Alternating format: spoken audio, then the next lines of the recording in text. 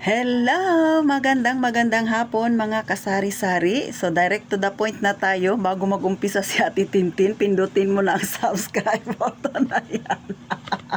At syempre mag-like ka sa aking video para malaman mo kung ano ang chismisa natin dito sa aking tindahan.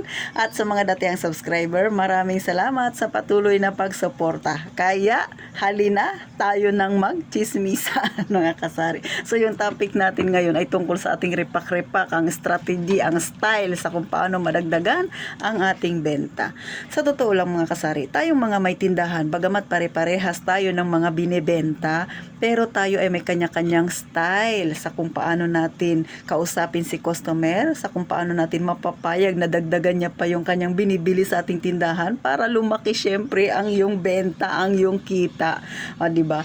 Kaya, ituturo ko rin sa'yo kung ano ang style ni Ate Tintin. Pero syempre, atin-atin lang to ha. So, alam niyo mga kasari, dito sa lugar namin, madalas uso ay repack. Kasi nga, nasa masa yung pamumuhay ko. So, nasa masa rin ang aking mga kapitbahay.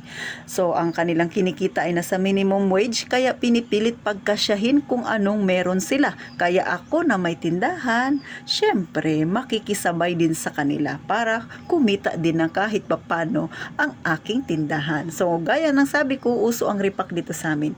So, meron akong 5 piso. Meron akong 10 piso. So, paano napasok ang strategy dyan para kumita ka ng malaki?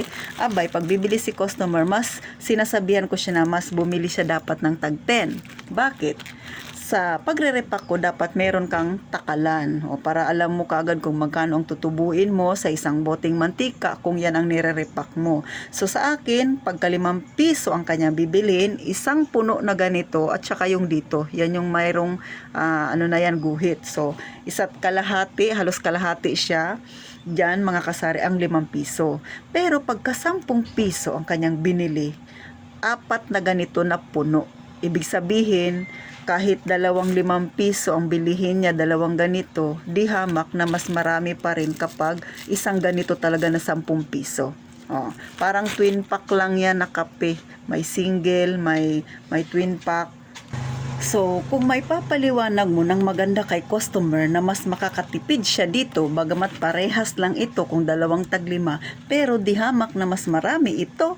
O, syempre, yun ang style ko mga kasari para mapapayag ko si customer na mas ito yung bilhin niyang 10 pesos. Bakit? Number 1, mas makakatipid siya kasi mas marami yung mantika na mabibili niya. Pangalawa, syempre ako tindera, mas malaki ang aking benta sa buong maghapon. Pangatlo, mas magiging fast moving yung aking paninda kasi iisipin ni customer, mas nakakamura siya sa aking tindahan pag sa akin siya bumili. At ang sunod, syempre, mas dadami ang yung customer. Bakit? Makikilala kanila na medyo mura ang paninda mo.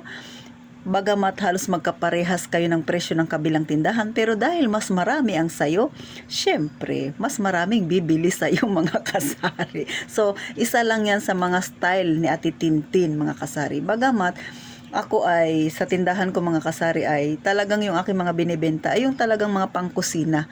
Siguro ang wala lang ako ay alak. O, yun hindi ako nagbebenta nun kasi bawal sa akin ang alak. So kung may katabi man akong tindahan, maswerte siya kasi nakakapagbenta siya ng alak nang walang kakompetensya. So ganon mga kasari. Kaya tayong mga tindera sa totoo lang, kanya-kanyang style yan kung paano mo mapapayag si customer na mas bilihin yung mas marami. Pero syempre ipaliwanag ng maigis. Kapag nagpapaliwanag ka, nagkakaroon ka ng magandang komunikasyon sa kanila, mas naiintindihan nila na mas makakatipid sila. Syempre doon sa medyo mas mahal na nga ng konti pero mas marami naman. So ganon ang style ni Ate Tintin. Sa totoo lang mga kasari, tayong mga tindera, no, hindi lang yung sarili nating style yung pakinggan natin. Minsan kailangan din nating pakinggan ang mga customer natin kasi meron yan silang sinasuggest minsan na pwede mong pagkakitaan. O, ano ba yan? Katulad ako mga kasari, no. So dito maraming mga estudyante dito sa amin na nangungupahan. May mga nagtatrabaho din. na minsan tinatamad na sila na mag-init ng tubig kasi nga nagmamadali. Pangalawa, uso pa dito sa amin sa mga boarding house yung kanilang ginagamit ay uling. So yung uling dito sa amin ang repack ay 10 pesos. So may customer ako na nagsuggest, sabi niya, "Te, pwede bang makabili na lang sa'yo ng mainit na tubig?" Kasi nga wala silang gamit kasi mga estudyante yun, yung mga bagong lipat. Sabi niya, magbabayad na lang ako. Pero syempre, bago ako umuo, nag-usap kami, pagbibilhan kita ng mainit na tubig, pero dahil ang gamit ko ay heater at medyo mahal ang kuryente, so sa isang basong malaking mainit na tubig ay 10 piso ang singil ko. Pero pag dalawa sila na bibili na dalawang baso, syempre ang singil ko sa kanila ay 15 pesos. So mas makatipid sila, pero syempre sa akin okay lang yun kasi mas malaki yung magiging kita ko pa doon. Dagdag income din yun, mga kasari. So pumayag sila, kaya ang nangyayari dito sa harapan ko ng tindahan, minsan sila nagkakape-kape habang bumibili sa akin ng tinapay na may palamang peanut butter. Kaya sa totoo lang, hindi ko yun iniisip na magbebenta ako ng ganun, pero dahil si customer yung nagsuggest at sa tingin ko naman ay maganda naman din dahil kikita ako doon, kaya pumayag ako. Kaya nga yung aking paninda na yung cup noodles, dati hindi siya ganun kabenta.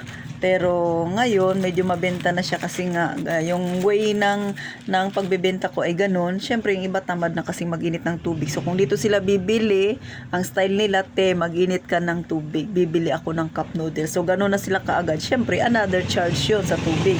Ang mangyayari, lalaki ang benta ni Ate Pintin sa buong maghapon. O di ba? Maganda rin yung naisip nila.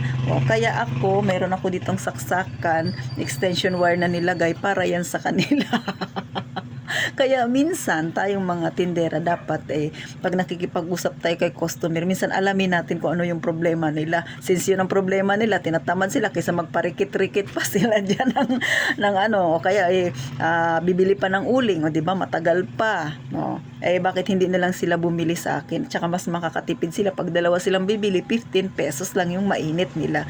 So sa kanila malaking kaaluhan yun. Sa akin naman, dagdag kita ko yun, mga kasari. So sana sa mga may tindahan dyan, kailangan lang kung paano tayo makipagkapwa. So sa sa totoo lang, no, ako kasi yung tipo pag tinignan mo yung itsura, medyo suplada raw ako. Pero sa tingin lang nila yun. Kaya yung mga may mukhang katulad sa akin na napagkakamalan laging suplada or maldita, hinahayaan ko lang sila. Pero pag nakausap nila ako, "Te, makwento ka pala." O diba? So mabiro ako sa customer ko. Bakit? Kinukuha ko yung loob nila para hindi naman sila mailang sa akin. Gawa nga daw ng aking mukha ay talagang para akong suplada tingnan. So ngayon, medyo nakakabanding ko na sila. So malaking tulong. Dito lagi sila bumibili. Higit sa lahat, dito sila lagi nagpapagcash sa akin.